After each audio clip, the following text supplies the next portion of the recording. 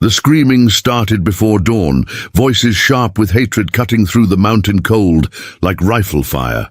And by the time Clay Bridger emerged from his cabin with his Winchester loaded, the mob had already reached the creek where two small figures huddled beneath a cottonwood tree, their dark skin and foreign clothes marking them as different in a territory that had learned to fear difference more than death itself. Clay Bridger had chosen the high country specifically because it asked nothing of him. The Colorado Rockies in 1887 were unforgiving but honest, and a man could lose himself among the peaks without answering questions about what he'd seen during the war or why his hands still shook when thunder rolled across the valleys. He'd built his cabin at 9,000 feet, where the air was thin and the silence thick, where he could trap beaver and hunt elk without seeing another soul for months at a time, where the ghosts of Shiloh and Antietam couldn't find him among the granite and pine.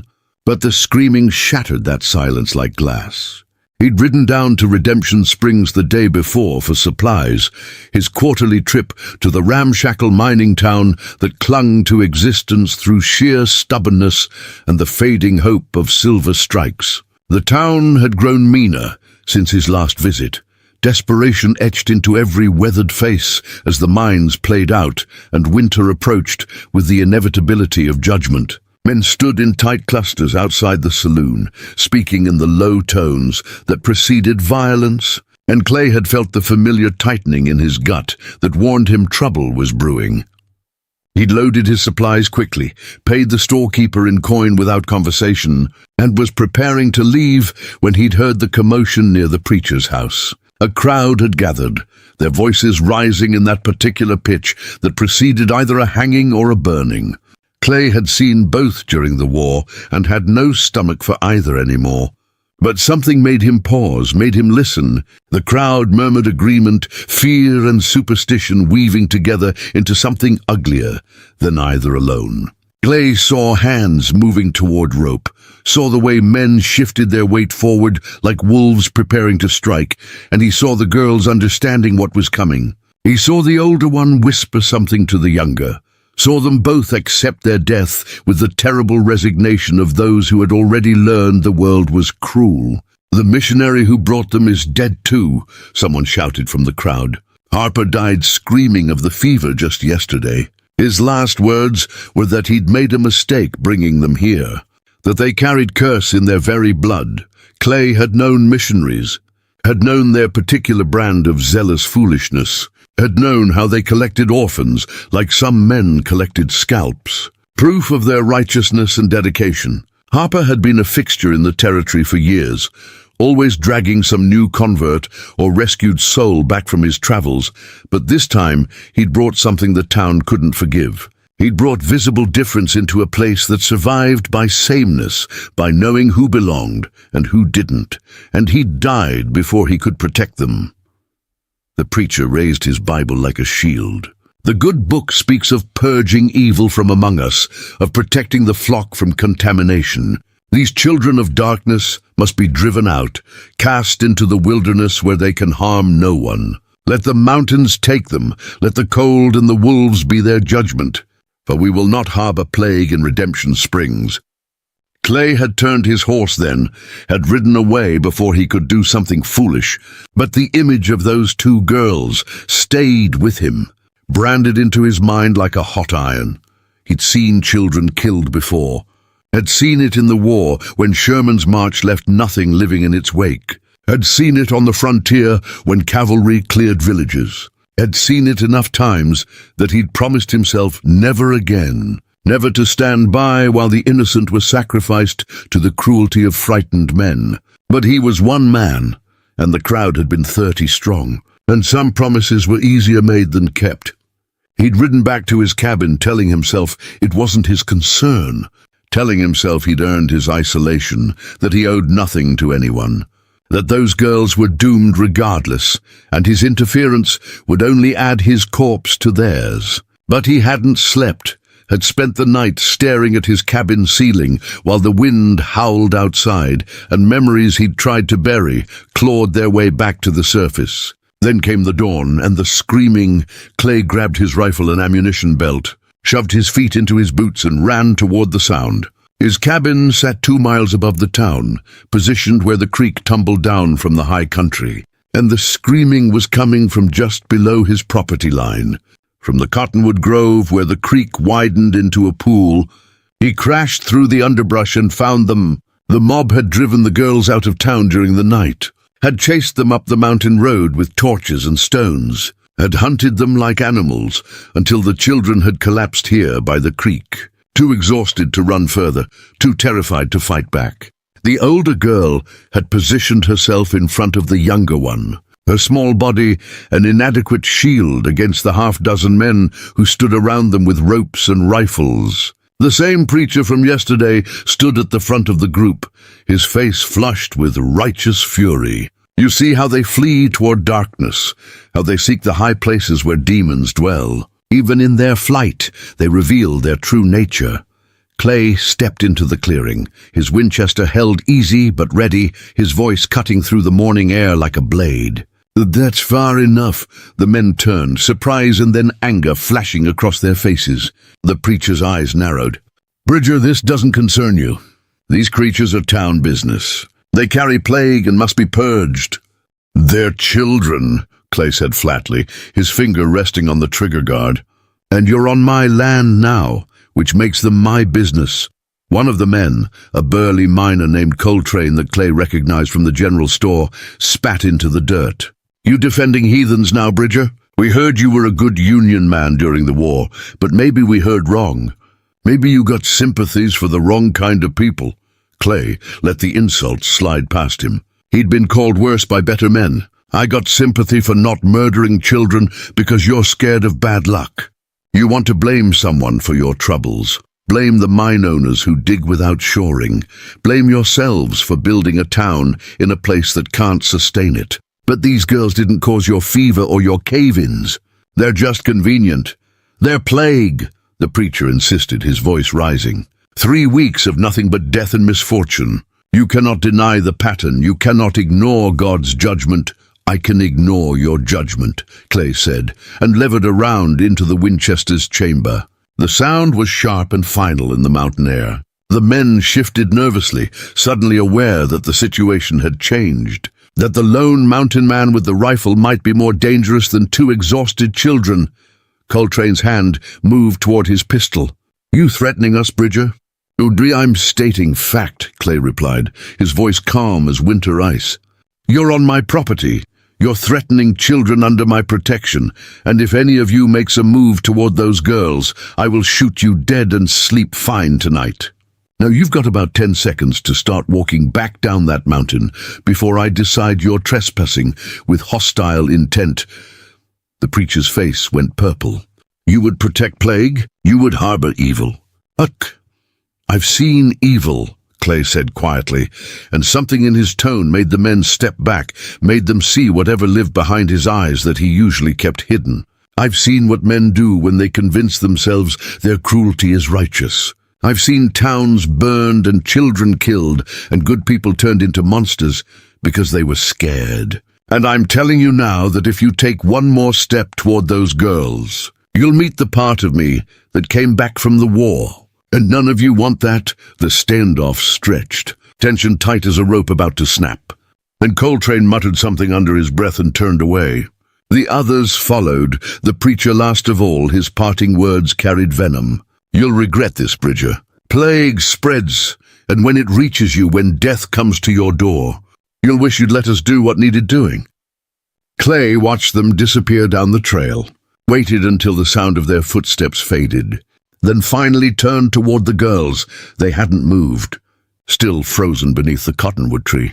The older girl's arms still wrapped around the younger one, both of them staring at him with eyes that expected nothing good, expected only a different kind of violence. Clay felt something crack in his chest at that look, at the absolute absence of hope he saw there.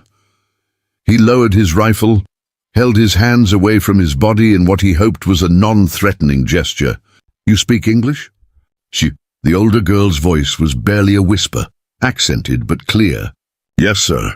What are your names?" She hesitated, as if even that information might be used against her, then spoke. I am Priya. This is my sister Mira. We are from Bengal. The missionary Harper brought us here when our parents died of cholera. He said America would be better. He said we would be safe. Her voice broke on the last word, and Clay felt anger burn hot in his gut. Anger at Harper for his foolish optimism. Anger at the town for their fear. Anger at a world that could look at two orphan children and see plague instead of tragedy. The preacher said you brought death, Clay said, and saw both girls flinch. Said everyone who came near you died or suffered. Is that true? Priya's eyes filled with tears, but she didn't look away. Everywhere we go, people die. It has been this way since our parents passed. The other children on the ship died. The families who took us in India died. Missionary Harper died. Everyone says we are cursed. Everyone says we carry plague. Maybe they are right. Maybe we are evil. You're not evil, Clay said, surprised by the conviction in his own voice. You're unlucky, and there's a difference. What difference? Mira spoke for the first time, her voice so small it barely carried. Dead is dead. Curse or chance makes no change to those in the ground.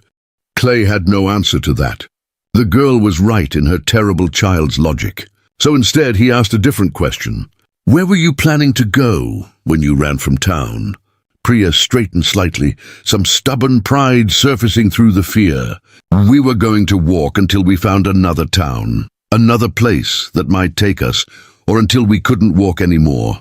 It makes no difference. Either way, everyone calls us plague. And what if I called you something different?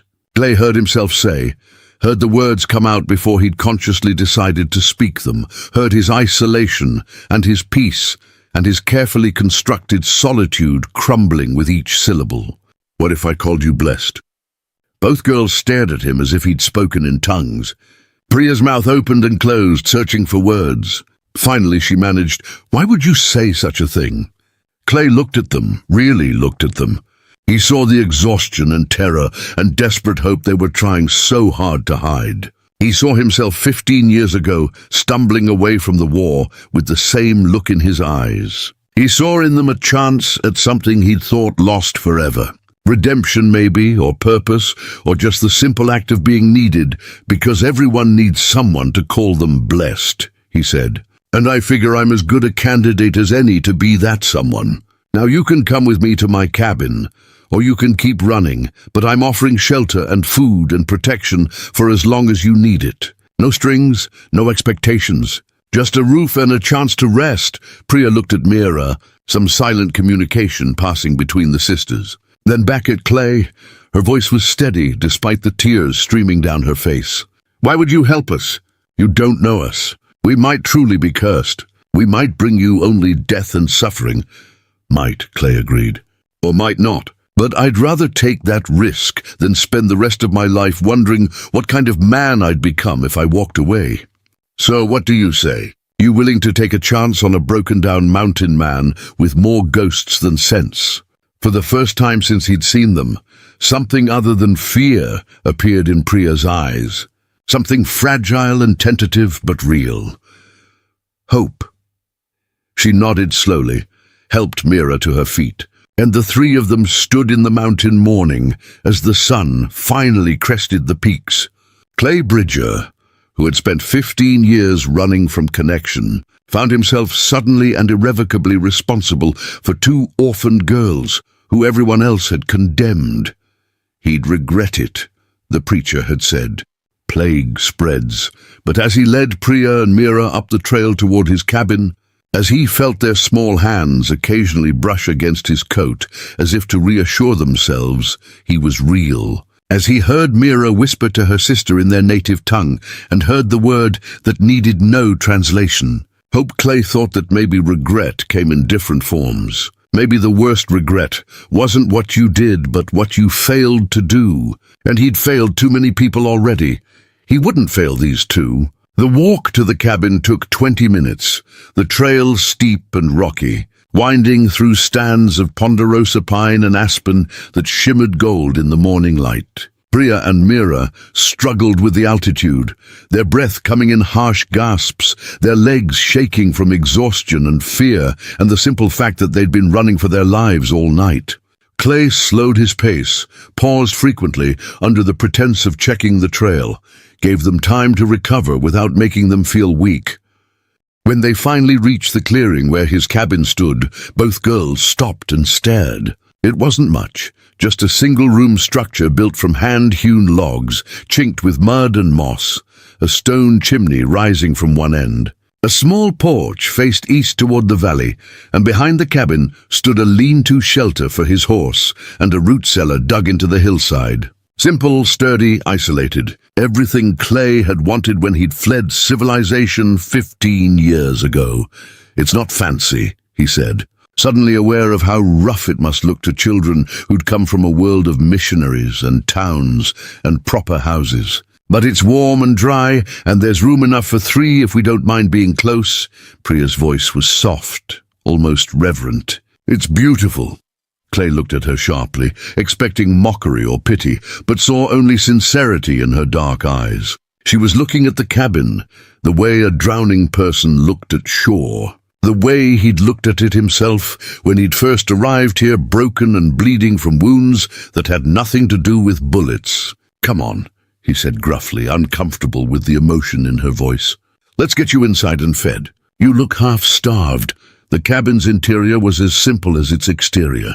One large room dominated by a stone fireplace, a rough-hewn table and 2 chairs, a bed in the corner covered with wool blankets and furs, shelves lined with supplies and books and the accumulated debris of a solitary life. It smelled of wood smoke and coffee and the lingering scent of the venison he'd cooked 2 days ago. Morning light slanted through the 2 small windows, illuminating dust motes that danced in the air.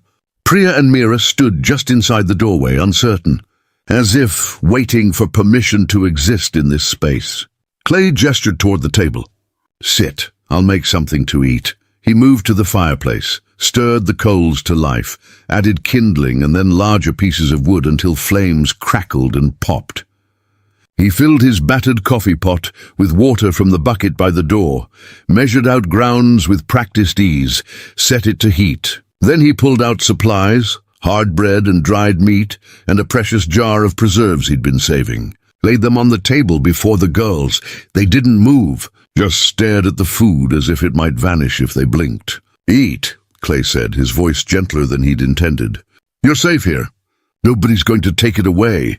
Priya reached out slowly, her hand trembling as she tore a piece of bread and handed it to Mira before taking any for herself. The gesture, so automatic and protective, reminded Clay of soldiers he'd known during the war, the ones who'd given their rations to wounded comrades even when they were starving themselves. The ones who'd survived, not because they were strongest, but because they'd had someone to protect.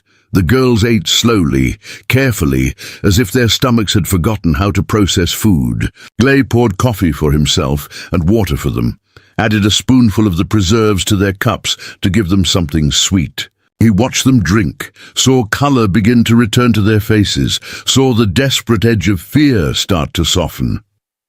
When they'd finished, Mira spoke, her voice stronger now. "The preacher said we killed missionary Harper, did we?" Clay set down his cup, chose his words carefully. "Harper died of fever. Same fever that's been running through mining camps all over the territory this summer. It's got nothing to do with you and everything to do with bad water and close quarters and men too stubborn to see a doctor until it's too late." "But the others," Priya pressed. "The baby, the old man, the cave-ins. How do you explain all of that?" "I don't," Clay said bluntly. "Life is random and cruel, and sometimes terrible things happen in clusters for no reason at all. You could just as easily argue that the town was cursed before you arrived, and you're the cure instead of the cause. But people don't think that way. They see patterns where there's only chaos, because chaos is scarier than having someone to blame." "So we're not plague?" Mira's voice was so hopeful it hurt to hear. Clay met her eyes, held her gaze with the same steady certainty he'd used with frightened soldiers. "You're not plague. You're 2 girls who've had more than your share of bad luck and landed in a town full of frightened, ignorant people. That's all. The rest is just stories they tell themselves to make sense of a world that doesn't make sense." Priya's shoulders began to shake, and suddenly she was crying.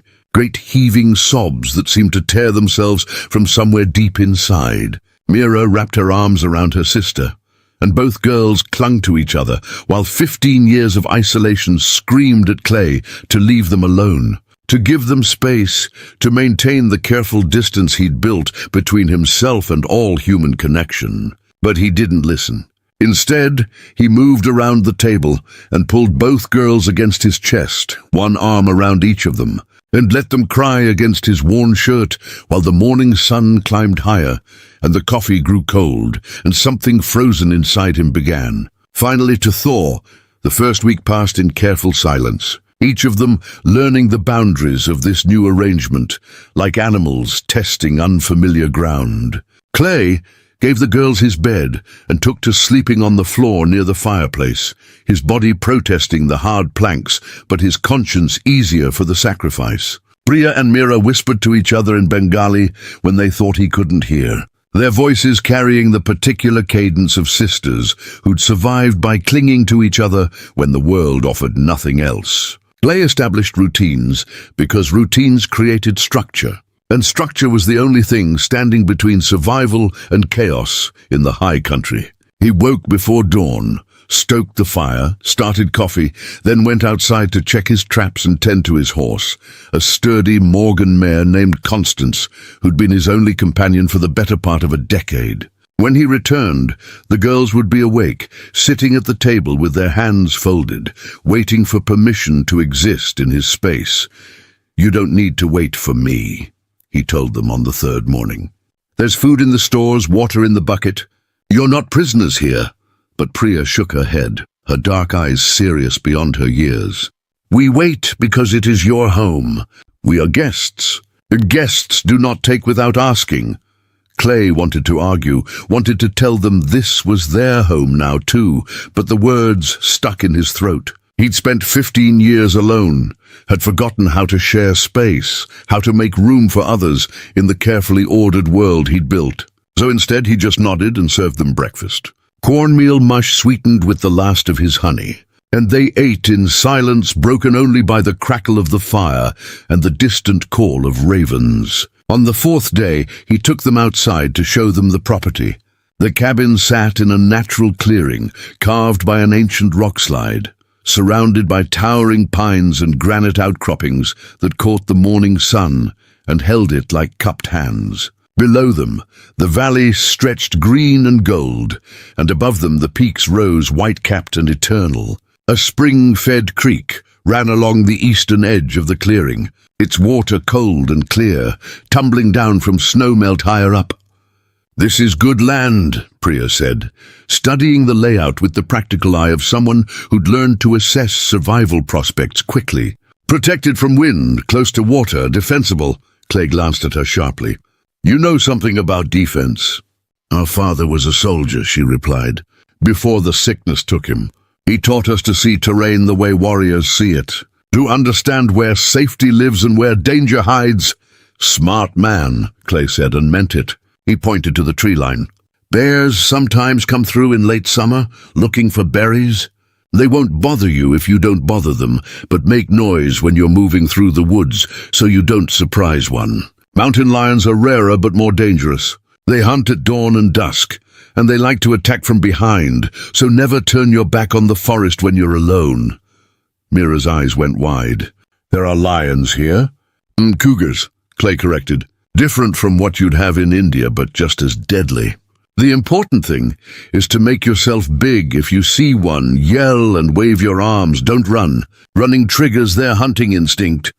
He continued the lesson, showing them which plants were safe to eat and which would make them sick, how to read the sky for incoming weather, how to follow game trails and identify scat. The girls listened with the intensity of students who understood their lives might depend on the information, asking sharp questions that suggested minds far more capable than their treatment in Redemption Springs had implied.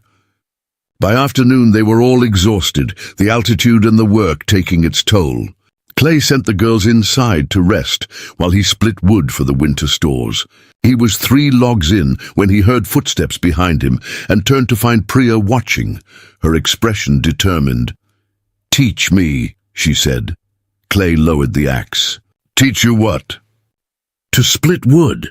"To hunt, to survive. You said we could stay, but staying means being useful. We will not be burdens."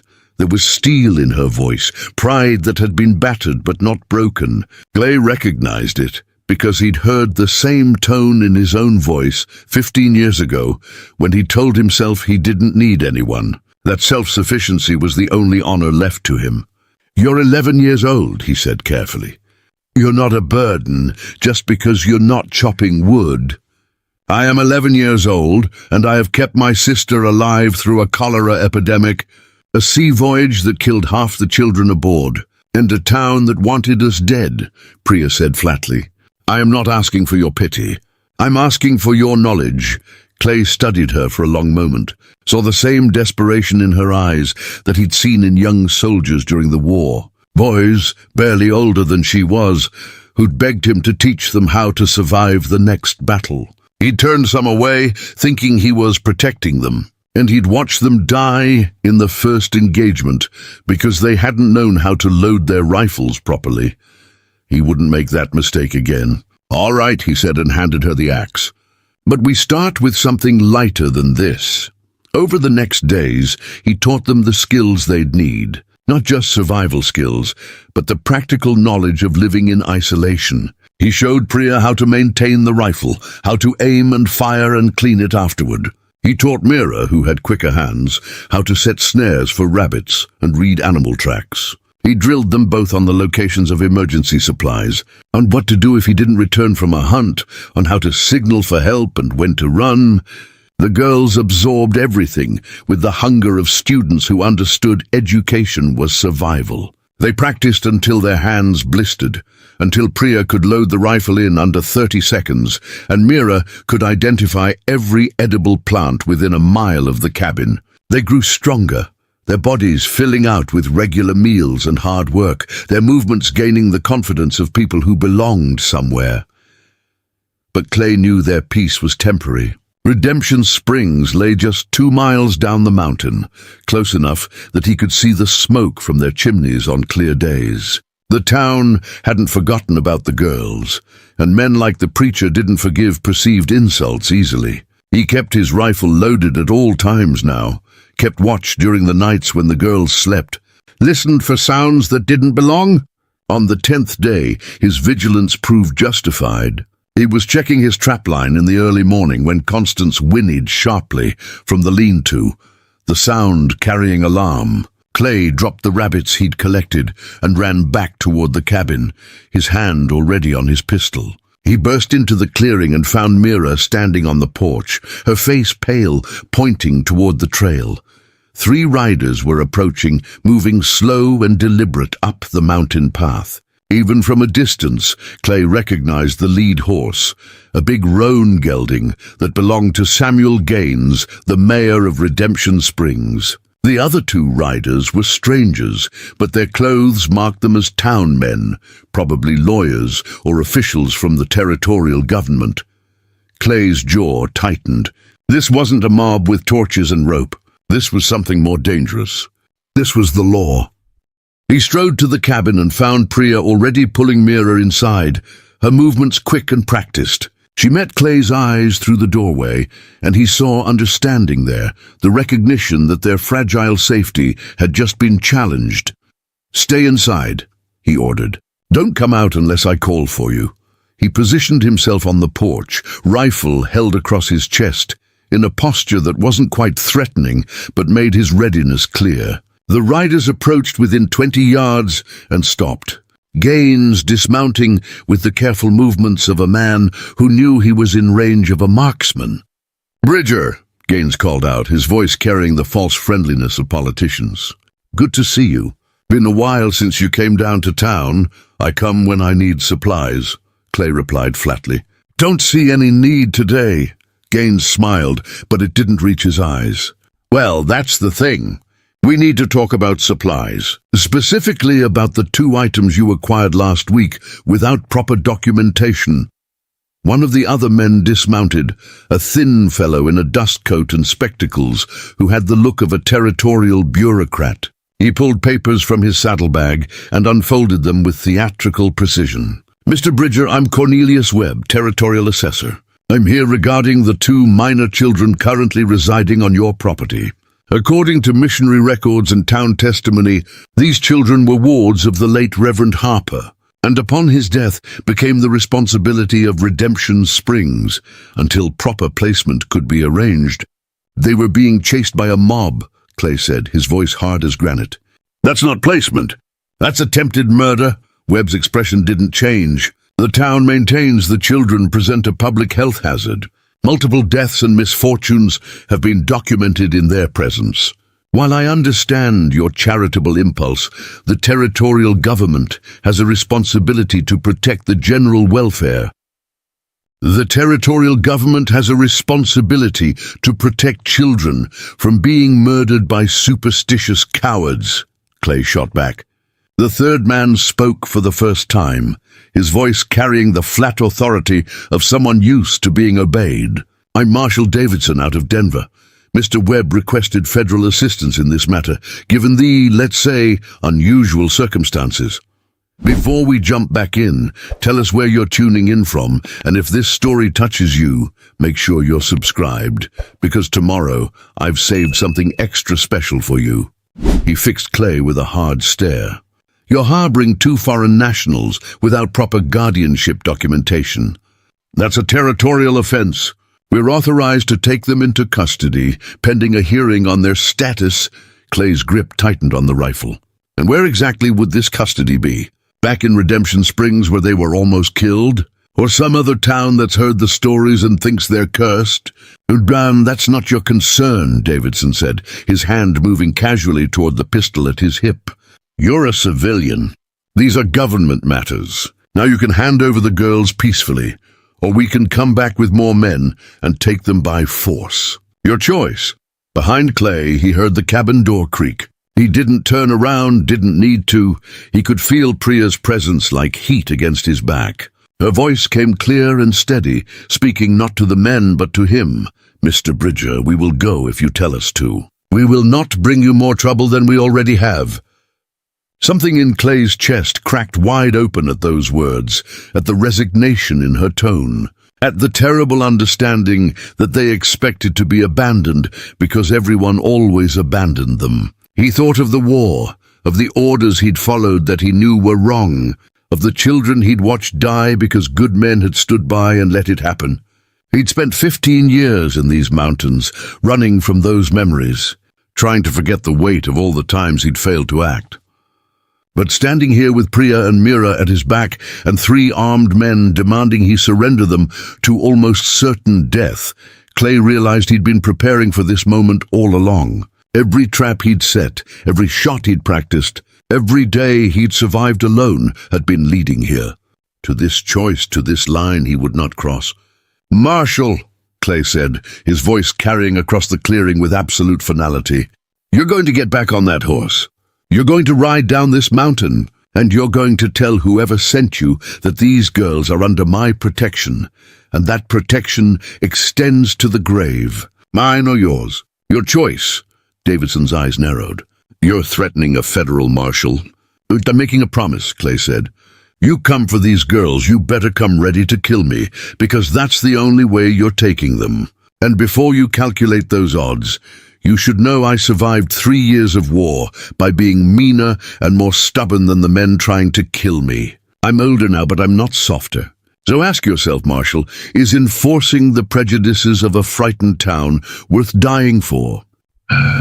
The clearing went silent, except for the wind moving through the pines and the nervous stamping of horses. Gaines looked between Clay and the marshal, his political instincts clearly screaming at him to de-escalate. Webb adjusted his spectacles nervously. Only Davidson seemed unmoved, his hand still resting on his pistol. Then Priya stepped fully onto the porch, Mira beside her. Both girls stood straight, their faces composed despite the fear Clay could sense radiating from them. Priya spoke, her accented English carrying dignity that shamed the men before her. "We are Priya and Mira Sharma, daughters of Rajesh Sharma, who served with honor in the British Indian Army. We have survived cholera and starvation and hatred in 3 countries.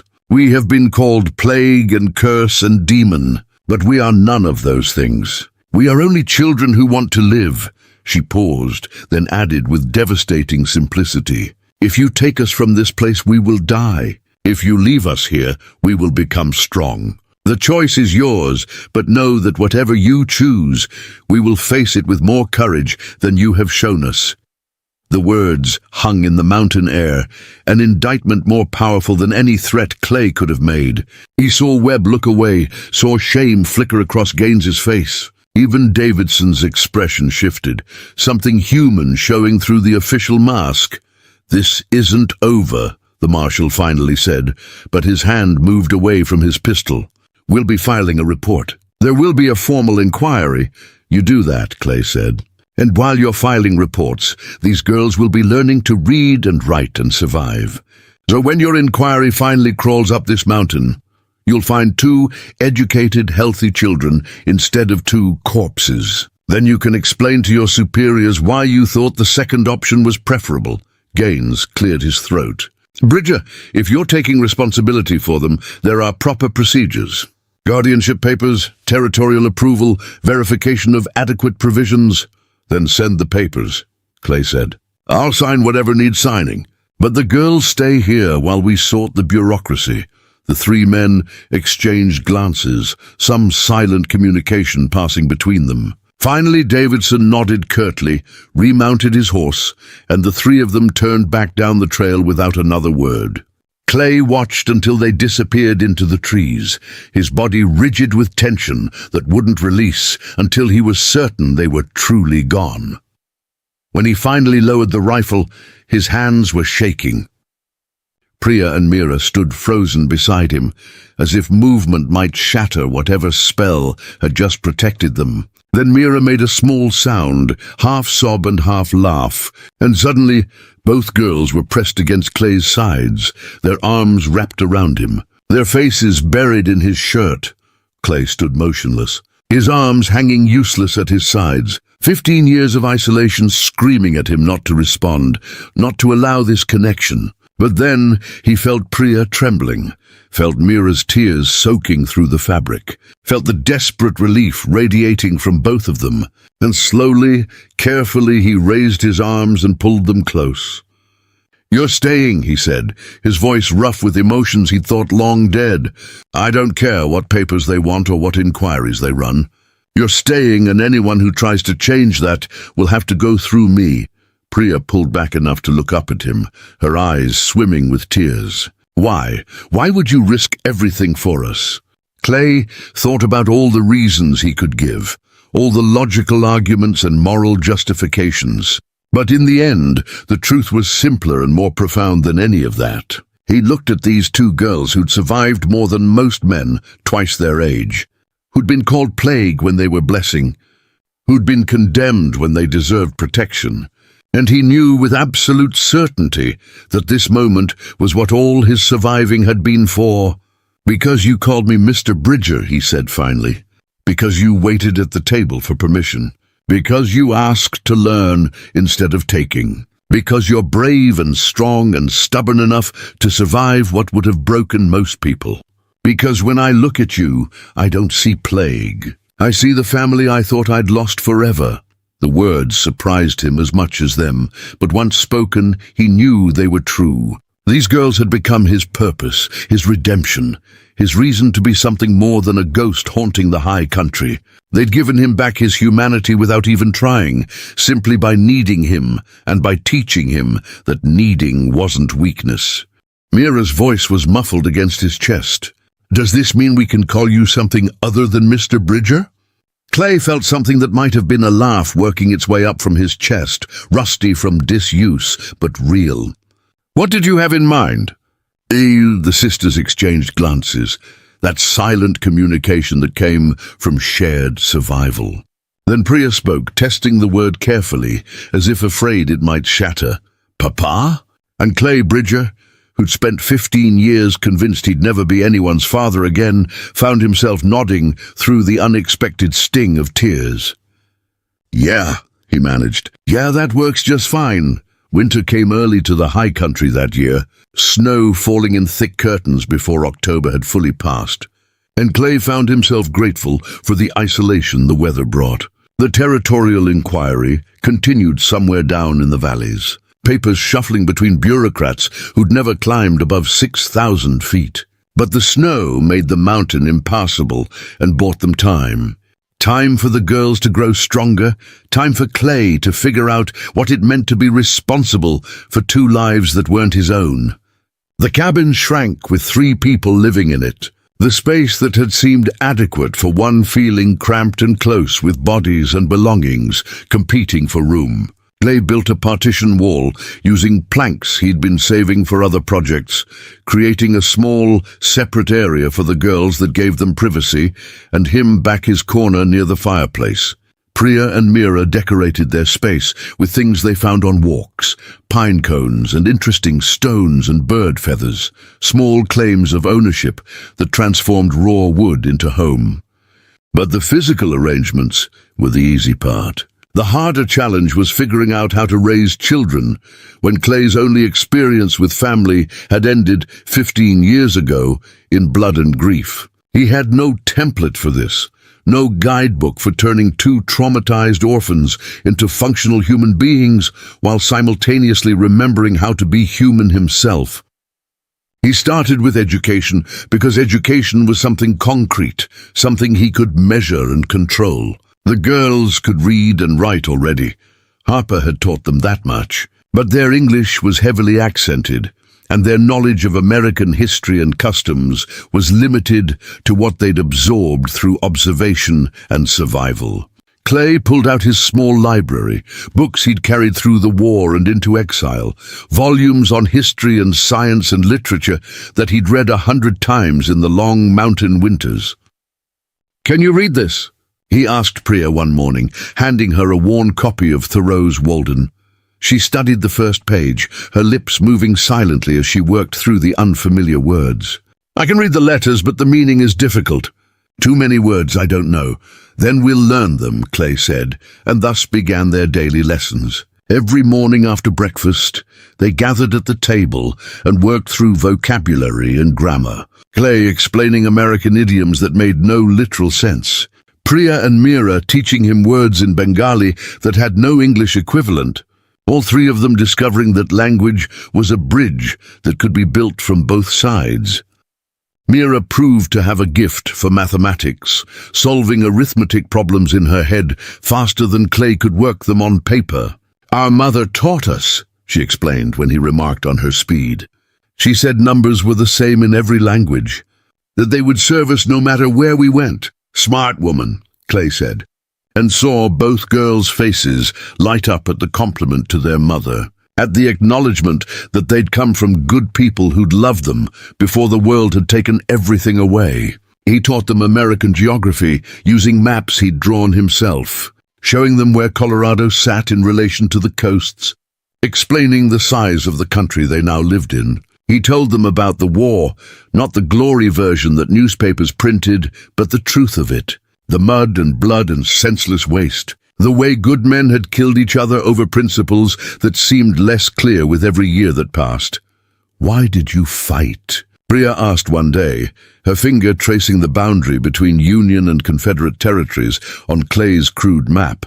Clay considered lying, giving her some noble answer about freedom and unity, but he'd promised himself he wouldn't lie to them. "Because everyone I knew was fighting, and I thought not fighting made me a coward.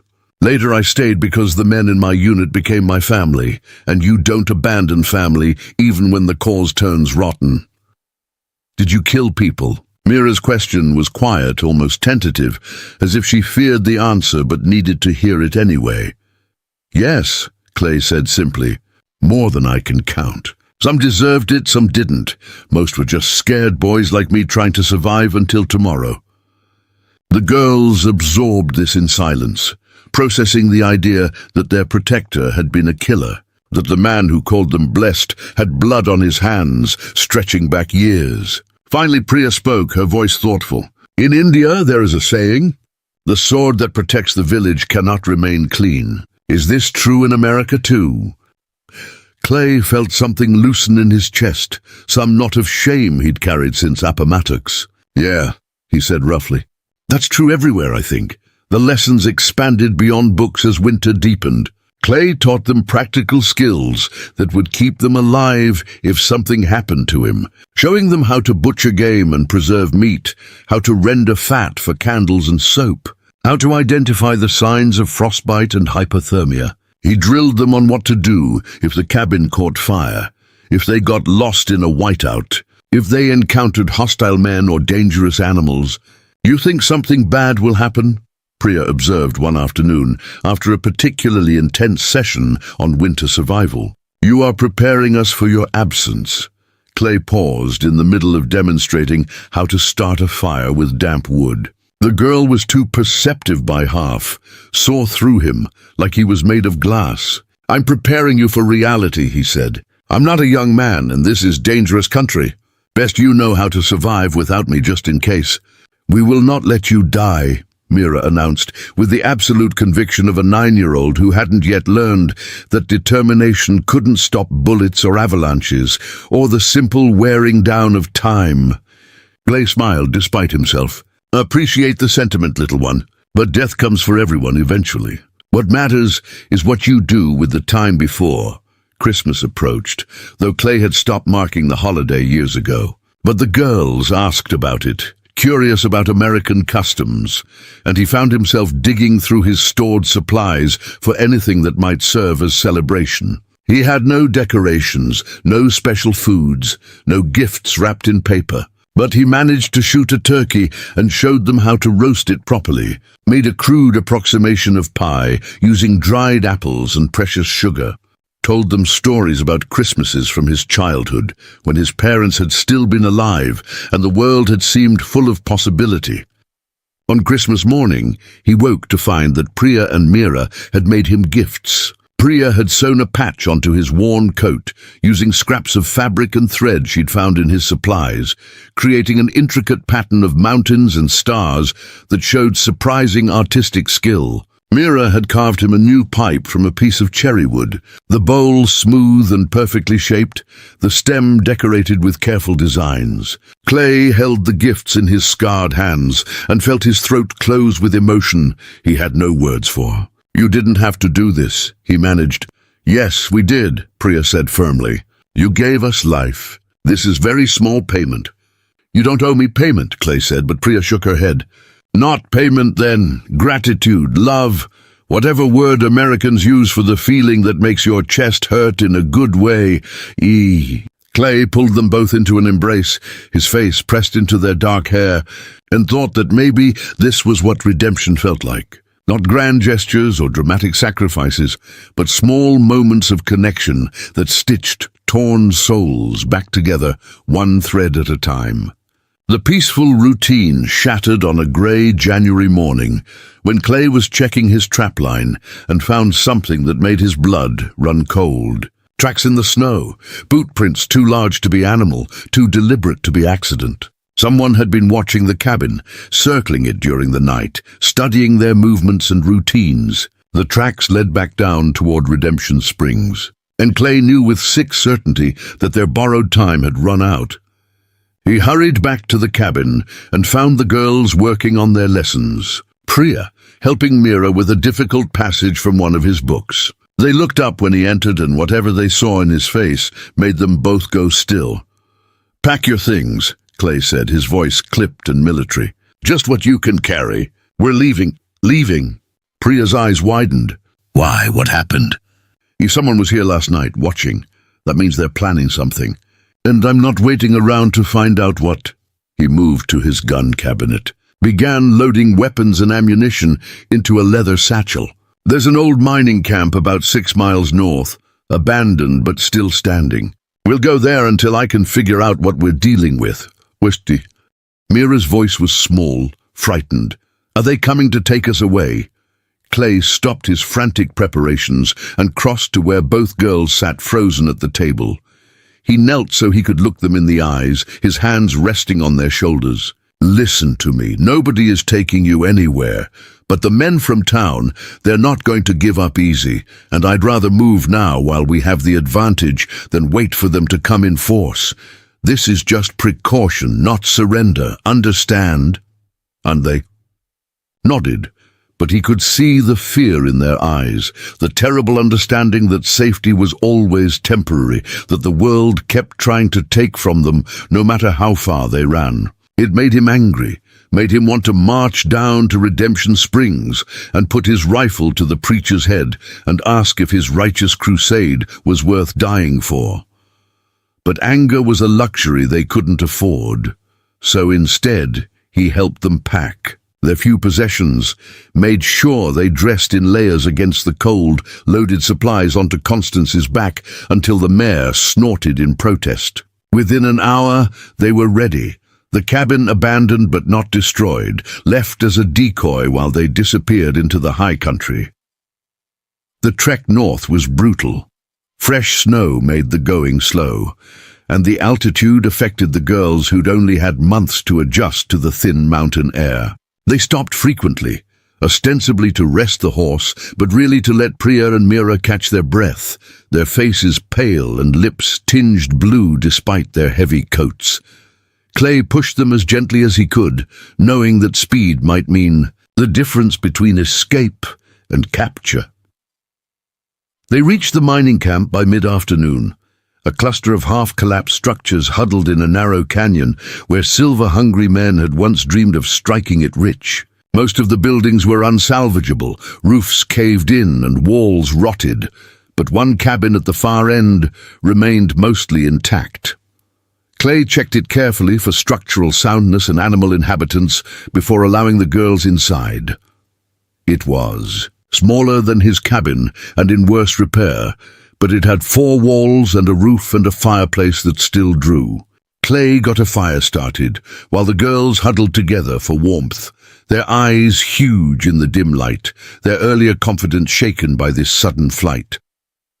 He wanted to comfort them but didn't know how, had no experience with soothing frightened children. So instead he did what he knew.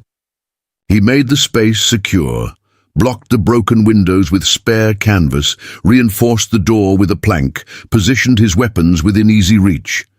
He melted snow for water and heated it for tea, added the last of his honey to make it sweet and warming. He laid out their bedrolls near the fire and made sure the girls ate, even though none of them had much appetite. Night fell fast in the canyon, shadows pooling like ink between the ruined buildings. Clay sat by the window with his rifle, watching the trail they'd used, looking for signs of pursuit. Behind him he could hear Priya and Mira whispering to each other in Bengali, their voices carrying the particular tone of sisters, sharing fears they didn't want adults to hear. "You can speak English," Clay said without turning around.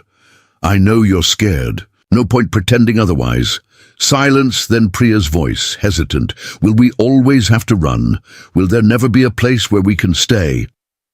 Clay considered lying, considered telling them everything would be fine, that this was temporary, and soon they'd return to the cabin and resume their peaceful life. But he'd promised not to lie, and children who'd survived what these two had survived deserved truth, even when truth was hard. "I don't know," he admitted. "There are men down in that town who've convinced themselves you're evil, and convincing them otherwise might be impossible. But here's what I do know. I'm not giving you up. Whatever it takes, whatever we have to do, you're mine now, and I protect what's mine. Even if that means we spend the rest of our lives moving from one camp to another, even if that means I have to put down every man who comes for you, I will do it." "That's not a life," Mira said softly. "That's just survival."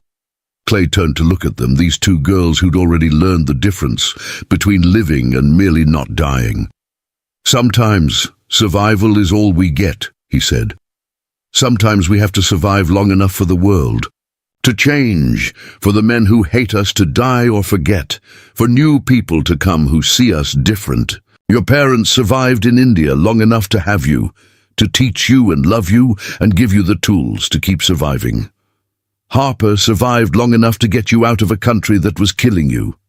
Now I'm going to survive long enough to see you grown and strong and free. That's not nothing. That's everything.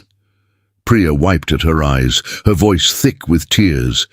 We are tired of surviving. We want to live. Then we'll figure out how to do both, Clay said. But first, we have to get through tonight, and tomorrow, and however many days it takes for me to settle this thing with the town. Can you do that? Can you trust me to handle this? Both girls nodded, and Clay turned back to the window, his jaw set with determination that felt like iron in his bones. He'd spent 15 years hiding from the world, running from responsibility and connection and the weight of caring about anything beyond his own survival. But these girls had changed him, had reminded him that some things were worth fighting for, worth dying for if it came to that. And if Redemption Springs wanted war, then war was what they'd get. Clay Bridger had survived worse than a mob of frightened miners. He'd survived the actual war, the one that had tried to grind America itself into dust. He'd survived loss and guilt and 15 years of isolation that would have broken lesser men. He could survive this too. But more importantly, he would make sure Priya and Meera survived it. Because they weren't plague, they were blessing, and he'd be damned if he let anyone convince them otherwise. The night passed without incident, though Clay didn't sleep. He watched the darkness and listened to the wind howling through the canyon and thought about all the ways this could go wrong. But he also thought about the carved pipe Meera had made him, about the patch Priya had sewn with such care, about the way they'd started calling him Papa, with the tentative hope of children testing whether love was real. By dawn, he'd made his decision. Running would only delay the inevitable. If he wanted to give these girls a real life, not just survival but actual living, he'd have to stop running and start fighting. Not with guns, necessarily, though he'd use those if he had to, but with whatever tools would work. Law, shame, reason, or if those failed, then yes, violence, because sometimes the sword that protects the village cannot remain clean. And Clay had long ago accepted that his sword would never be clean again. What mattered now was making sure it stayed sharp enough to protect the two people who'd given him back his reason to swing it. Clay left the girls in the mining camp with strict instructions and enough supplies to last 3 days, then rode Constance back down the mountain, alone in the grey pre-dawn light. He'd considered bringing Priya and Meera with him, keeping them close where he could protect them, but ultimately decided that keeping them hidden was safer than exposing them to whatever confrontation was brewing. Before leaving, he'd shown Priya where he kept his spare pistol and made her promise to shoot first and ask questions later if anyone but him approached the camp. The ride down took 2 hours through snow that had started falling again, thick flakes that would cover his tracks within the hour.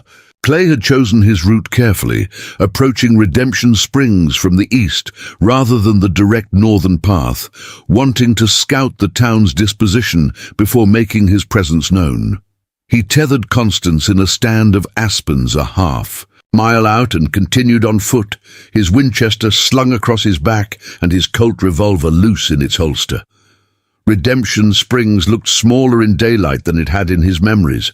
Just 24 buildings clustered around a main street that turned to mud whenever it rained. The mine entrances dotted the hillside above town like wounds in the earth, most of them already abandoned as the silver played out and the miners moved on to chase new rumors of wealth. Clay estimated maybe 60 people still lived here down from twice that number a year ago, all of them clinging to the hope that one more strike would save them from admitting their town was dying. Preparing and narrating this story took us a lot of time, so if you are enjoying it, subscribe to our channel. It means a lot to us now. Back to the story. He watched from the tree line as the town woke, smoke rising from chimneys, men emerging to trudge toward the few mines still operating. The saloon was already open despite the early hour, and through its grimy windows, Clay could see a cluster of men gathered around something on the bar. He needed to get closer, needed to understand what he was walking into before he made his move. Clay circled to the back of the general store, a building he knew had a rear entrance that the storekeeper kept unlocked for deliveries. He slipped inside, moving quiet through the storage room, and positioned himself near the doorway where he could hear the conversation happening out front.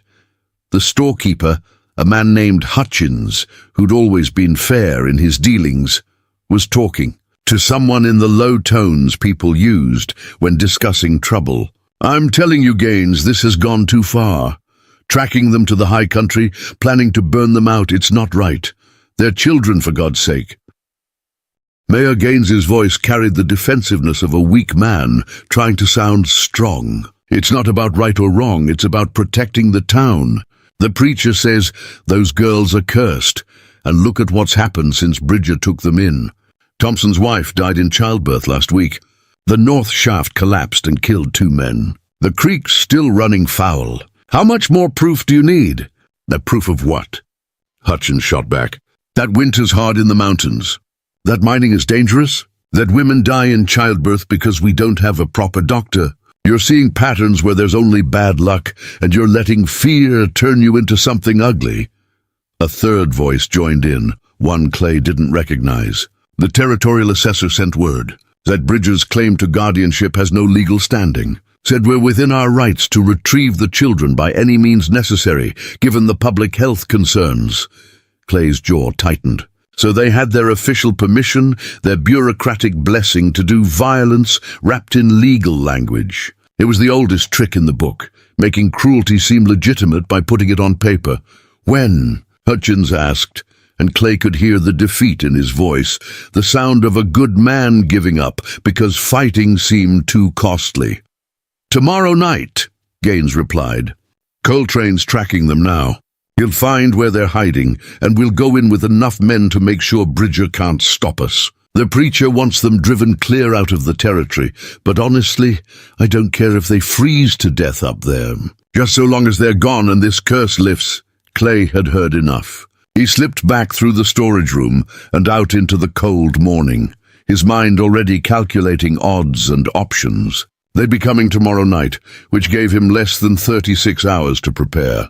He could run further north with the girls, try to stay ahead of the pursuit, but winter was deepening, and eventually they'd run out of mountain. He could try to fight them off when they came, but he was one man against however many Coltrane brought with him. And even if he won that fight, more would follow. No, running and fighting weren't the answers. What he needed was to change the equation entirely, to take away their justification and their will to pursue.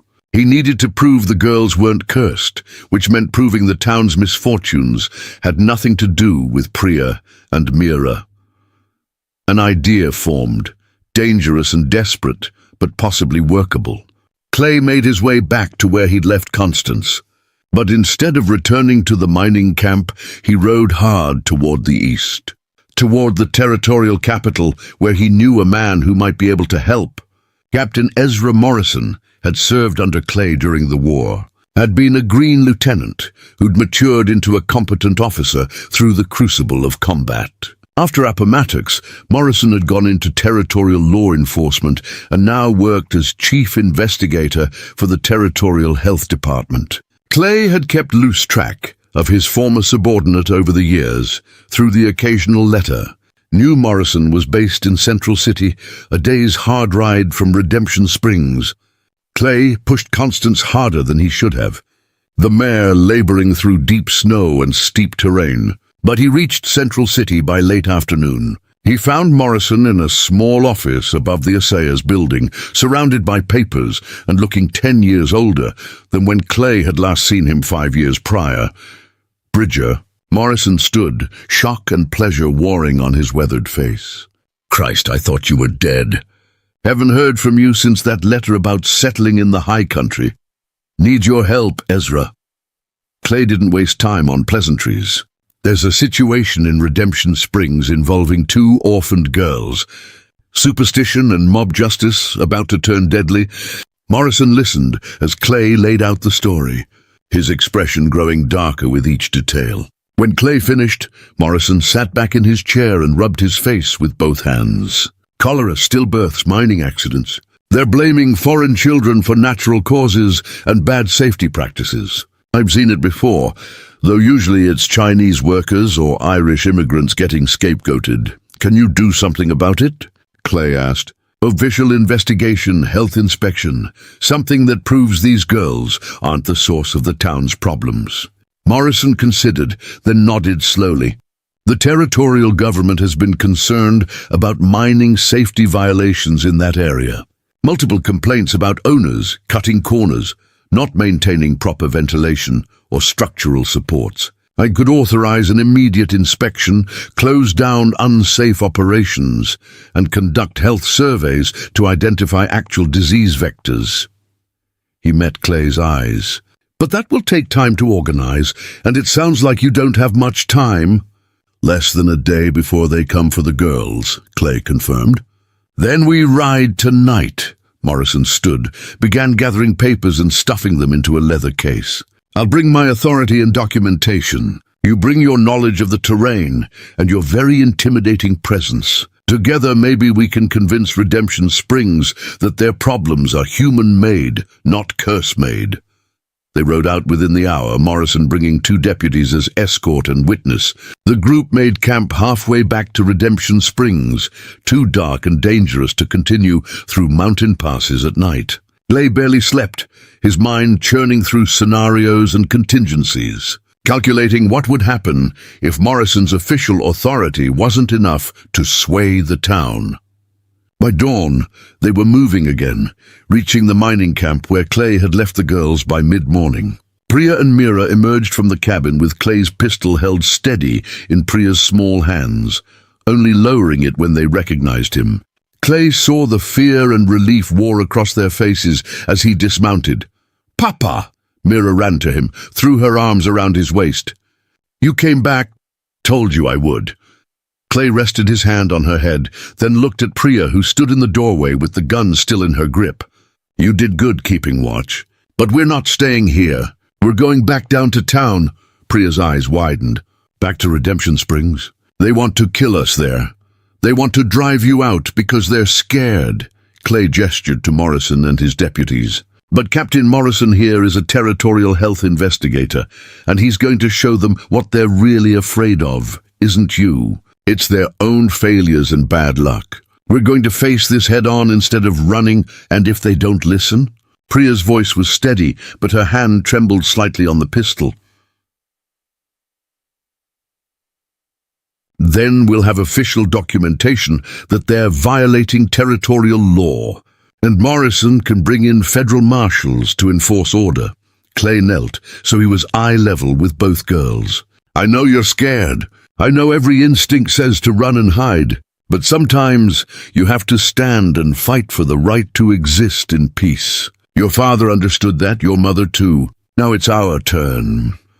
The ride into Redemption Springs took 3 hours, Clay and the girls in front, with Morrison and his deputies following in official formation. They entered town at noon, when most of the miners were still underground, and the streets were relatively empty.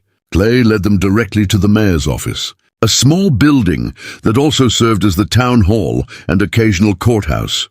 Gaines was there, along with the preacher and Coltrane, huddled over maps that Clay recognized as tracking charts showing the terrain north of town. They looked up as Clay pushed through the door, shock and anger flashing across their faces in equal measure. "Bridger," Gaines started, rising from his chair, "you have no business here. We have legal authority to what?" Morrison stepped forward, his territorial badge gleaming on his chest. "To harass children based on superstition? To conduct vigilante justice without proper investigation?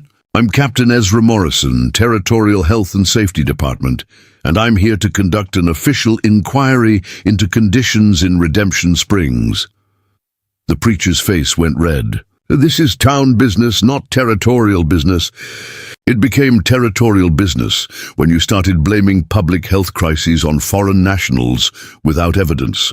Morrison pulled papers from his case, slapped them on the desk. "I have authority to inspect all mining operations, conduct health surveys, and investigate any claims of disease vectors or public safety threats. And based on preliminary review, I find significant violations of territorial safety codes. Evidence of contaminated water sources from improper mine tailings disposal, and zero evidence that these two children have contributed to your misfortunes in any measurable way.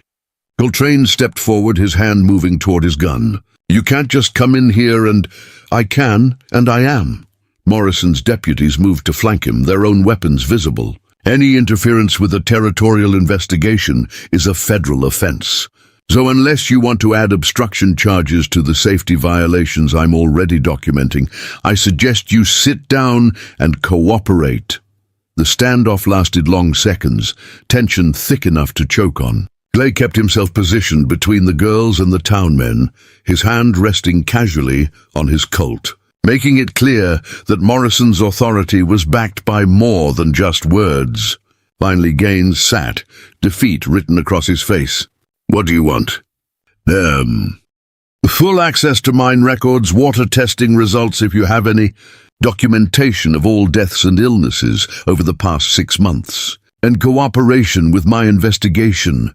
Morrison's voice was crisp, official, the voice of someone who'd learned to wield bureaucracy like a weapon. I'll also be interviewing residents about working conditions and safety practices. Captain Bridger and his wards will be staying at the hotel under territorial protection while I conduct this investigation. Any attempts to interfere with them or continue this harassment will result in federal charges. Are we clear? The preacher stood abruptly, his chair scraping against the floor. You cannot protect evil. God's judgment is not yours to dispense. Morrison cut him off coldly. And frankly, Reverend, if your God is so concerned about these children, perhaps he should have prevented the cholera that killed their parents, or the fever that killed Harper, or any of the dozen other random misfortunes you're trying to pin on them. But since divine intervention seems lacking, we're going to rely on human investigation and evidence instead.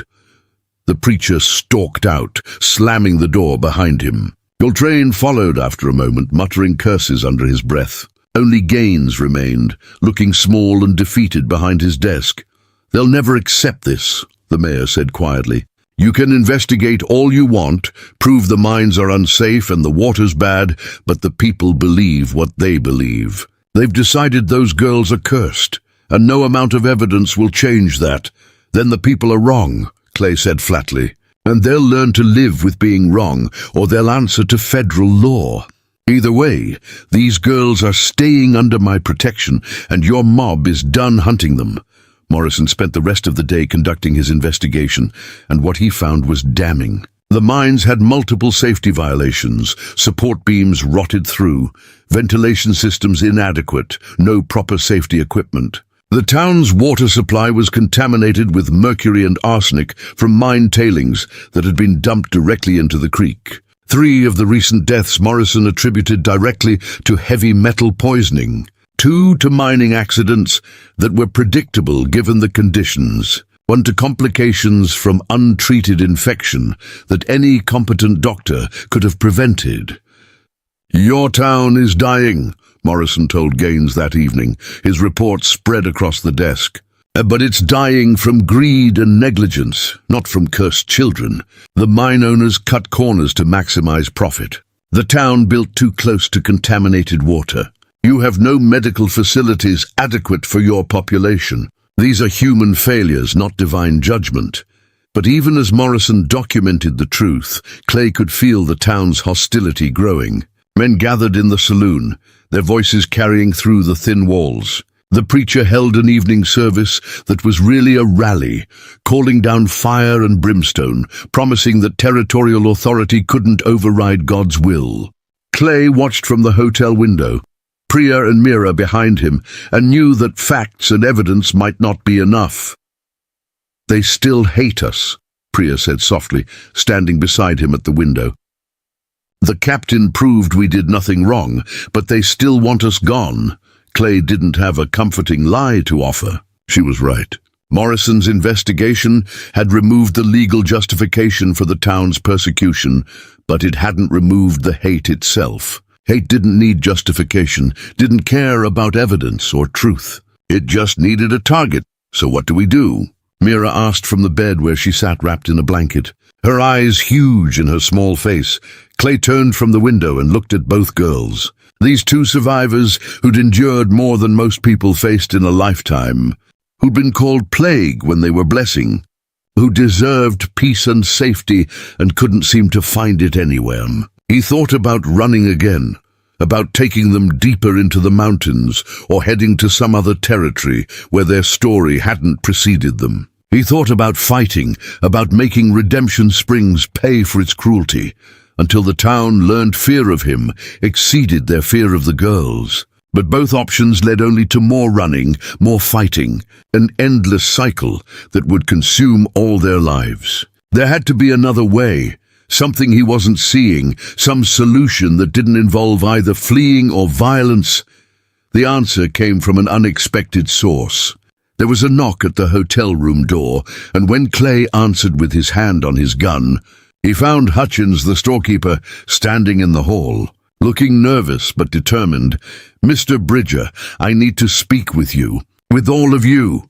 Hutchins glanced past him to where the girls sat. "I think I know a way to end this that doesn't involve anyone else dying." Clay let Hutchins into the room, but kept himself positioned between the storekeeper and the girls, his instincts still wary despite the man's seemingly peaceful intentions. Morrison had returned to his own room down the hall, exhausted from a day of documentation and confrontation, but Clay could summon him quickly if needed. Priya and Mira watched Hutchins with the guarded expressions of children, who'd learned that adult intentions were rarely as benevolent as they seemed. Hutchins removed his hat and twisted it nervously in his hands, his eyes moving between Clay and the girls, before settling somewhere around the middle distance. "I've been in Redemption Springs for 8 years, he began, his voice low and careful. "Came here thinking I'd make my fortune supplying miners. Ended up just watching good people turn bitter as the silver ran out and their dreams died. I've seen this town do ugly things before, drive out families who couldn't pay their debts, turn blind eyes when mine owners worked men to death. But this business with your girls, this is different. This is evil dressed up as righteousness, and I can't stand by anymore. So don't stand by," Clay said flatly. "Stand up, speak out. Tell the preacher and his mob that they're wrong." "I have been telling them," Hutchins replied with frustration bleeding through his careful tone. "So has Doc Wilson and Martha Henderson and a few others who can see past their fear.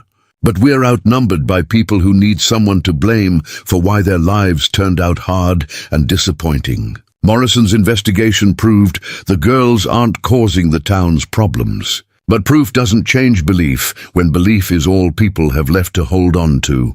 Priya spoke up, her voice quiet but steady. "Then what is your solution, Mr. Hutchins? If they will not listen to reason, if they will not accept evidence, what remains?"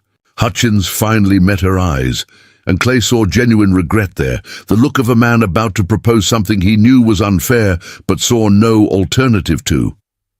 "You leave. Not driven out, not chased away, but you choose to go somewhere else. Somewhere bigger, where 2 Indian girls won't stand out so much, where people are used to foreigners and won't see you as threats. Denver maybe, or even California, where they've got whole communities of people from all over the world." Clay felt anger rise hot in his chest. "So your solution is surrender? Let the mob win by giving them exactly what they want?" "No, my solution is survival," Hutchins shot back, some steel entering his voice. "You think I like this? You think I want to tell 2 orphaned children to leave the only home they've found? But I'm trying to keep all of you alive, Bridger.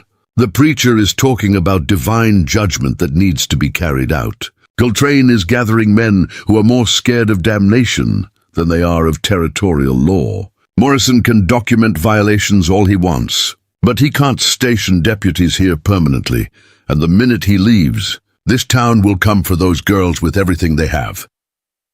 "Let them come," Clay said, his hand moving unconsciously to his gun. "I've faced worse than a mob of frightened miners." "And you'll kill how many before they kill you?" Hutchins demanded. 5, 10. "Then what happens to Priya and Mira when you're dead? You think Morrison can protect them from hundreds of miles away? You think the territorial government cares enough about 2 foreign orphans to send troops? You're one man, Bridger, and you can't shoot your way to peace. The words hit hard because they were true. Clay had been calculating the same odds, had known that violence would only delay the inevitable. But hearing someone else say it out loud, hearing the logic laid bare, made the reality inescapable. Mira's voice was small, but clear in the tense silence. Where would we go? If we left, where would be safe? Hutchins turned to her, his expression softening. I have a sister in Denver. She runs a boarding house near the railway district, takes in all kinds of people, immigrants and travelers and folks starting over. She's good people, open-minded, and she owes me a favor. I could write to her, arrange for you to stay there until you get settled. Denver's big enough that 2 Indian girls won't cause talk, diverse enough that you could find community. Community, Priya repeated, testing the word. We have not had community since our parents died. Only people who tolerated us until we became inconvenient. My sister's not like that, Hutchins insisted. And Denver's not like Redemption Springs. It's a real city with laws that matter, and enough people that no single preacher can whip everyone into a mob. You'd have chances there, opportunities. You could go to proper school, learn trades, build real lives instead of hiding in the mountains. Clay wanted to argue, wanted to find holes in Hutchins' logic, but the worst part was that the man was making sense. Denver would offer the girls opportunities that hiding in the high country never could. Education, safety in numbers, the chance to grow up as something other than fugitives. But it would also mean separation, mean sending them away from the only person who'd called them blessed instead of cursed. And what about Papa? Mira asked, the words striking Clay's heart like a hammer. We cannot leave him. He is our family now. Hutchins looked between Clay and the girls, understanding dawning on his weathered face. You could go with them, he said to Clay. Nothing keeping you in these mountains except habit. You could start over in Denver too, be their guardian proper and legal. Give them stability instead of this constant running. Clay felt the walls of the hotel room pressing in. Felt 15 years of isolation, warring with 2 months of connection. Denver meant civilization, meant crowds and noise and all the things he'd fled after the war. It meant giving up the high country that had been his sanctuary, trading peace for chaos. But it also meant keeping the girls safe, giving them the future they deserved. I need to think, Clay said roughly. Give us the night. We'll have an answer by morning. Hutchins nodded and moved toward the door, then paused. For what it's worth, Bridger, what you've done for these girls, taking them in when everyone else wanted them dead, that's the most decent thing I've seen in this town in 8 years. Whatever you decide, I'll help however I can. After Hutchins left, the 3 of them sat in heavy silence. The hotel room felt smaller than the cabin had ever felt, the walls thin enough that they could hear voices from other rooms, the sounds of a town that wanted them gone. Clay stared at the floor, his mind spinning through scenarios, calculating what safety looked like and what price it demanded. You want to go to Denver, Priya said. It wasn't a question. Clay looked up at her, at both of them, and saw his own conflict reflected in their eyes. I want you to be safe. I want you to have real lives, not just survival. If Denver offers that, then yes. Part of me wants you to go. But the other part? Mira pressed. The other part is selfish, Clay admitted. The other part doesn't want to give up the only family I've had in 15 years. Doesn't want to trade my mountain for city streets. Doesn't want to admit that maybe the best thing I can do for you is let you go somewhere I can't follow. Cannot or will not. Priya's voice was sharp, almost accusing. Mr. Hutchins said you could come with us. Are you saying you would choose mountains over us? The question hung between them like an accusation and a plea. Clay thought about the cabin he'd built with his own hands, the traplines he knew by heart, the peaks that had sheltered him when human company had become unbearable. He thought about the graves he'd left behind 15 years ago, the family he'd lost and never properly mourned because the war had demanded he keep fighting. The mountains had given him space to grieve, to heal in his broken way, to exist without demands or expectations. But they'd also given him loneliness disguised as peace. They'd let him hide from connection under the excuse of self-sufficiency. And then Priya and Mira had arrived and shown him that healing alone was just another form of dying. "I'm saying I'm scared," Clay said, the admission costing him more than any confession he'd made in years. "I'm scared that Denver will break me the way the war almost did. I'm scared that in all those people and noise and civilization, I'll lose whatever piece of myself I managed to save by coming here. But I'm more scared of losing you two, of sending you off alone and spending the rest of my life wondering if you're safe. If you're happy, if you remember the man who called you blessed." Tears streamed down Mira's face. "Then come with us." "Please, Papa. We will help you be brave in the city if you help us be brave leaving the mountain." Clay felt something break open in his chest, some final wall crumbling under the weight of their need and his own.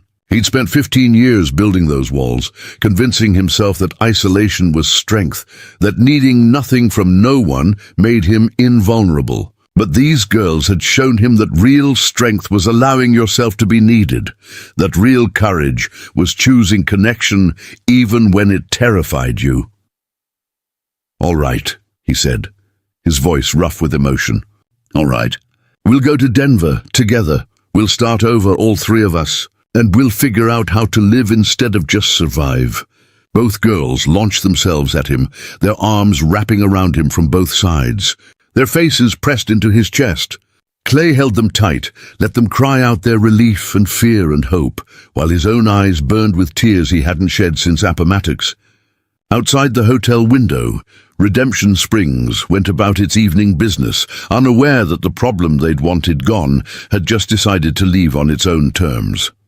They spent the evening planning. Clay would sell what supplies he couldn't carry, arrange for Morrison to file the official guardianship papers that would make his protection of the girls legal and binding. Hutchins would write to his sister, arrange accommodation and introduction. They'd leave within the week, before the weather turned worse, before the town could organize another attempt to drive them out violently.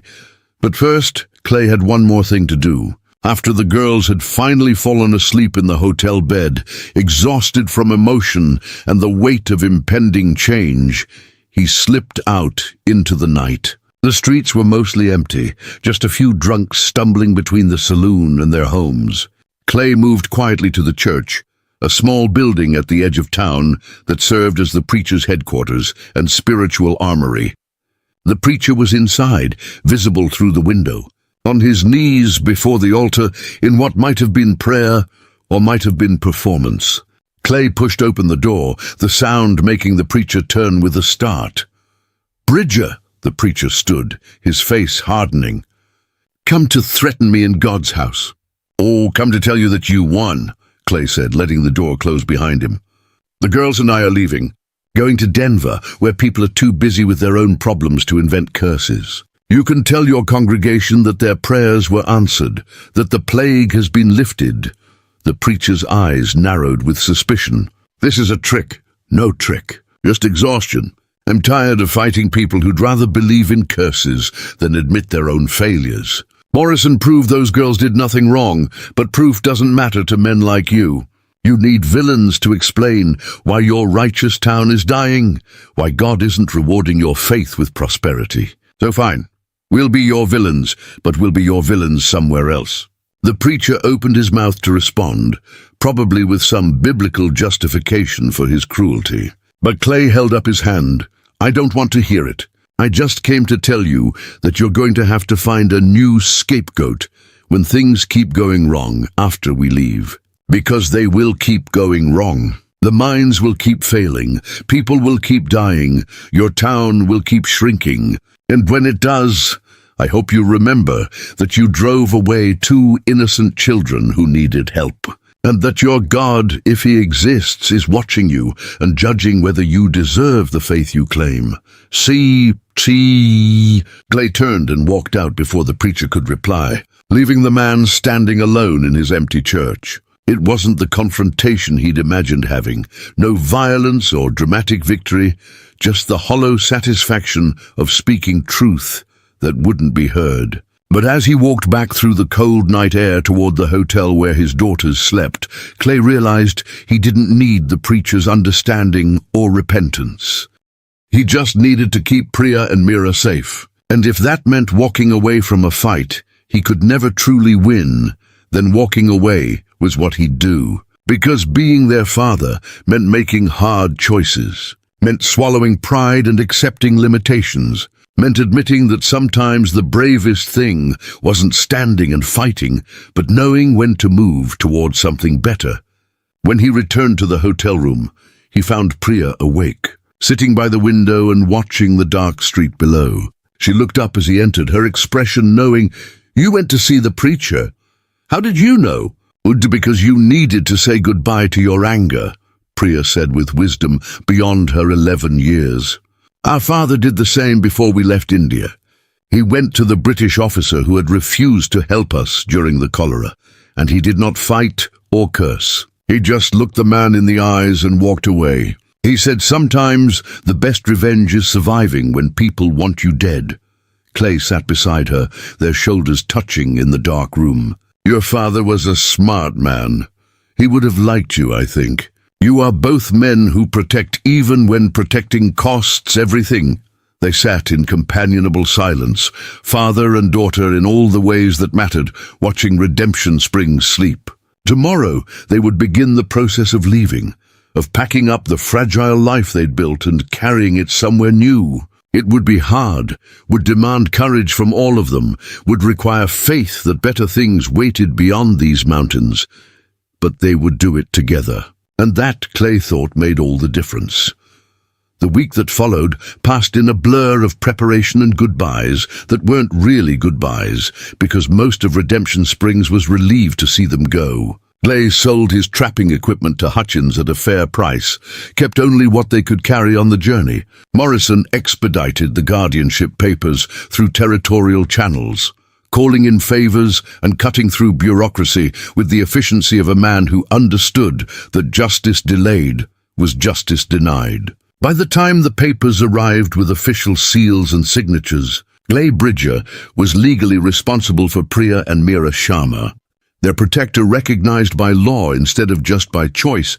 The cabin in the high country remained untouched, Clay's personal belongings still scattered across the single room, his books on the shelves, his traps hanging in the lean-to. He'd considered going back one final time to collect things or say some kind of farewell to the place that had sheltered him for 15 years, but ultimately decided against it. The cabin was part of a life he was choosing to leave behind, and returning would only make the leaving harder. Let it stand empty, let the mountain reclaim it slowly through seasons of snow and wind. They left Redemption Springs on a grey morning with snow threatening in the heavy clouds. Hutchins provided a wagon and 2 sturdy horses, refused payment beyond what Clay had already given him, pressed letters of introduction into their hands along with supplies for the 3-day journey to Denver. Doc Wilson came to see them off, as did Martha Henderson, whose stillborn child had been blamed on the girl's supposed curse, and a handful of others who'd never bought into the preacher's poison. "You're good people," Doc Wilson said, shaking Clay's hand with genuine warmth. "This town doesn't deserve you, but Denver will. You take care of those girls, and they'll take care of you right back." The preacher did not come, nor did Mayor Gaines or Coltrane or any of the men who'd wanted them dead. They watched from windows and doorways as the wagon rolled past, their faces expressions of relief and residual suspicion, still half convinced that plague was departing with the foreigners. Clay met their stares without flinching, let them see that he was leaving by choice, not by defeat, that their small hatreds had failed to break what he'd built with Priya and Meera. The first day's travel took them down out of the high country, through passes already thick with snow. Priya and Meera rode in the wagon bed bundled in blankets and furs, their faces turned back toward the mountains that had briefly been home. Clay caught Meera crying silently once, tears freezing on her cheeks in the cold air. But when he asked if she wanted to stop, she shook her head. "I cry because it is beautiful, and we are leaving it," she explained. "But I do not want to stay. Beautiful things can still hurt you." They made camp that night in a stand of pines, where Clay built a fire and cooked salt pork and beans, food that tasted like every trail meal he'd eaten during the war, but somehow better, because he was sharing it with daughters instead of soldiers. After they'd eaten, Priya asked him to tell them about Denver, about what to expect, and Clay realized he had no good answers. He'd passed through the city twice, both times more than a decade ago, remembered it as loud and crowded and overwhelming after months of mountain silence. "It'll be different from anything you've known," he said honestly. "More people than you can count, buildings taller than trees, noise all hours. It'll be hard at first adjusting, but it'll also have opportunities. Real schools where you can learn more than I can teach you. Other children to befriend. Shops and libraries and all the things that come with civilization. Will people hate us there too?" Mira asked, her voice small in the firelight. Clay considered lying, considered promising her that Denver would be different, that prejudice somehow stopped at city limits. But he'd promised to be honest, and honest meant acknowledging hard truths. "Some will," he admitted. "There are mean people everywhere, people who fear what's different. But in a big city, those people are just voices in a crowd instead of the whole crowd. You'll find others like you, other immigrants, other people trying to build new lives. You'll find your place. And you?" Priya looked at him across the fire. "Will you find your place too, Papa? Or will you spend your life missing these mountains?" Clay poked at the fire, watched sparks spiral up into the dark sky. The question cut deeper than she probably intended, struck at fears he'd been avoiding examining too closely. "I don't know," he said finally. "But I know I'd rather miss mountains while I'm with you than miss you while I'm in mountains. That's enough to start with." The second day brought them down into the foothills, where the snow thinned and the air grew easier to breathe. They passed other travelers now, freight wagons and stagecoaches, families heading toward Denver's promise or away from its disappointments. Most gave them curious looks, a weathered mountain man and 2 Indian girls in a wagon, but no one troubled them. They stopped at a way station for supplies and hot food, and the woman running it was kind, gave the girls extra biscuits, and asked no questions about their unusual family composition. That night they camped near a creek where the water ran clear and cold. Clay taught the girls how to pan for gold, not because they needed money, but because the skill was part of living in Colorado territory, something they should know even if they never used it. Mira found a tiny flake of gold in her pan and held it up to the fading light, her face glowing with accomplishment. "We are rich," she declared with such seriousness that both Clay and Priya laughed. "Rich enough," Clay agreed, thinking that richness had nothing to do with gold and everything to do with moments like this, with watching a child find joy in small discoveries. On the third day, they crested a rise and Denver spread below them, bigger than Clay remembered, sprawling across the plain with the mountains at its back, like a city trying to have civilization and wilderness both. Smoke rose from hundreds of chimneys. The railway station gleamed with steel tracks stretching east toward the rest of America. And even from a distance the noise was audible, a constant hum of human activity. Priya and Mira stared at the city with expressions mixing wonder and terror. They'd come from India, where cities were even larger, but that had been another lifetime. And the girls they'd been then had died along with their parents. "It's so big," Mira whispered. "We'll start small," Clay promised. "Find Hutchins' sister's boarding house, get settled, take time to adjust. We don't have to conquer the whole city at once." They found the boarding house in the railway district as Hutchins had described. A 3-story building that had seen better days but maintained a dignity in its worn facade. Mrs. Sarah Walsh answered Clay's knock, a round woman with shrewd eyes that softened when she saw Priya and Mira huddled behind him.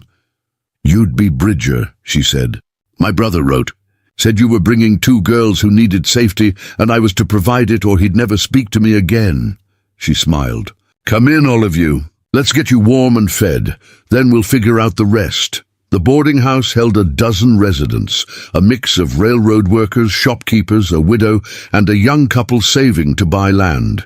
They were curious about the new arrivals, but not hostile, asked polite questions over dinner, and accepted Clay's brief explanations without prying. An Irish family had the room next to theirs, and their daughter Katie was close to Priya's age, immediately fascinated by the Indian girls. That first night in Denver, Clay lay awake in the small room Mrs. Walsh had given him while the girls slept in the adjoining space. The city noise was constant, voices and wagon wheels and distant train whistles, creating a soundtrack that felt like assault after years of quiet. Through the thin wall, he could hear Priya and Mira whispering to each other, making plans for tomorrow, wondering what school would be like.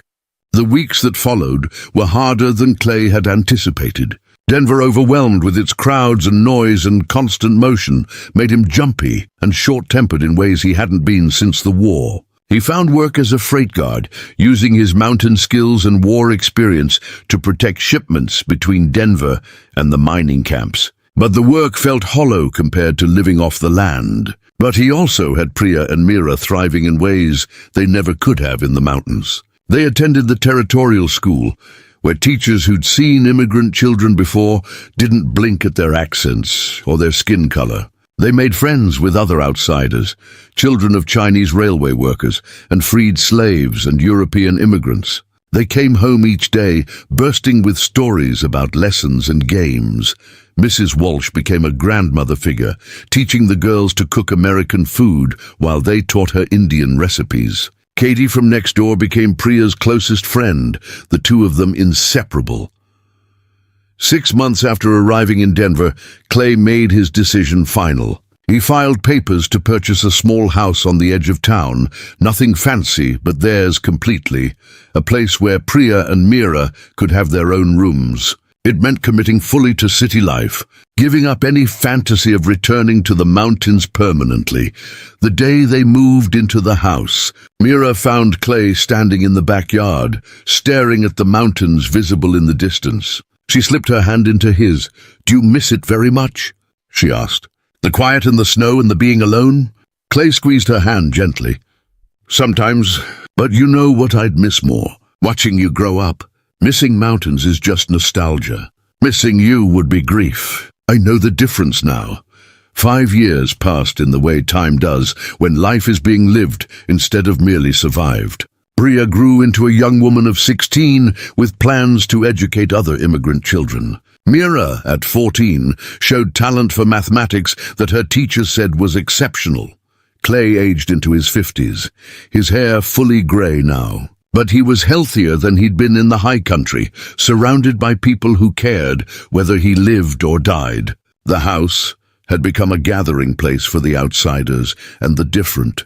Proof that different kinds of families could work if built on love instead of blood. On a spring morning with the mountains sharp against blue sky, Priya came to Clay's workshop with news that Katie's family was returning to Ireland and had invited her to go for the summer.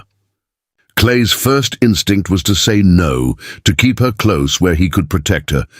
"Do you want to go?" he asked. "Yes," she said, "but not if it hurts you." "I'll always need you," he said honestly. "But needing you doesn't mean keeping you. You go to Europe with Katie. You see the world. That's what children are supposed to do, grow up and live big lives." That evening the three of them sat on the porch, watching the mountains turn purple in the fading light. Neighbors walked past and called greetings. Somewhere in Redemption Springs, people probably still told stories about cursed Indian girls and the mountain man who'd been fool enough to take them in. But here in Denver, the only story that mattered was the truth. 2 orphaned sisters and a broken soldier had found each other when the world said they were all worthless. They'd been called plague and curse and burden, and they'd survived anyway. "Papa," Mira said softly, "do you remember that first night in your cabin, when you told us we were priceless?" "I remember," Clay said. "Did you know then that you'd keep us forever?" "I didn't know anything," he admitted. "I just knew I couldn't walk away. And every day since, I've made the same choice. To stay, to fight, to love you both. That's what family is. Not the knowing, but the choosing. Every single day I choose you, and we choose you, Priya said, taking one of his hands while Mira took the other. They sat together as the stars emerged above Denver. 3 souls who'd been broken and were being mended. 3 lives that proved love was stronger than hate. That chosen family was as real as blood. That everyone called plague was actually blessing to those brave enough to see it. The mountain stood eternal in the distance. But here in this small house on the edge of the city, Clay Bridger had found something better than mountain peace. He'd found purpose and the fierce joy of watching 2 girls he'd saved save him right back, because everyone had called them plague. But Clay Bridger had called them blessing. And he'd been right all along. Up next, you've got 2 more standout stories right on your screen. If this one hit the mark, you won't want to pass these up. Just click and check them out. And don't forget to subscribe and turn on the notification bell so you don't miss any upload from us.